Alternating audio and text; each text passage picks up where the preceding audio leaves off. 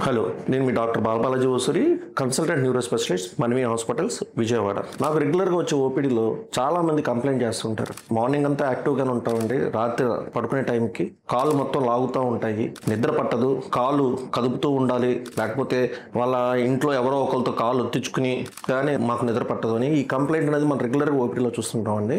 ఈ సిమ్టమ్స్ ఉన్న వాళ్ళకి దాన్ని రెస్ట్లెస్ లెగ్ సిండ్రోమ్ అంటాం అనమాట. ఇది యూజువల్గా ఫిమేల్స్లో ఎక్కువగా వస్తుంటుంది. అదేవిధంగా హెరిడిటరీగా కూడా ఉంటుంది. అంటే వాళ్ళ మదర్ అలాగా కాలు ఒత్తించుకుంటూ ఉండేది, అదేవిధంగా వాళ్ళ అమ్మాయికి కూడా ఇవే సిమ్టమ్స్ ఉండి వాళ్ళ హస్బెండ్ని కాలు ఒత్తమని చెప్పడం, ఇట్లాంటివన్నీ కూడా మేము రెగ్యులర్గా చూస్తుంటాం ఓపీడీలో. ఇది ఎస్పెషల్లీ దేని వల్ల వస్తుందంటే iron and vitamin B12 deficiency వల్ల వస్తుందండి. ప్లస్ కొన్ని ఎన్విరాన్మెంటల్ థింగ్స్ అంటే హ్యాబిట్స్ వల్ల కూడా వస్తుంది అనమాట. ఎక్కువ కాఫీ తాగే వాళ్ళకి, బాగా ఎక్కువ ఆల్కహాల్ కన్జ్యూమ్ చేసే వాళ్ళకి, వీళ్ళలో కూడా ఈ ప్రాబ్లమ్స్ అన్నీ వస్తూ ఉంటాయి అనమాట.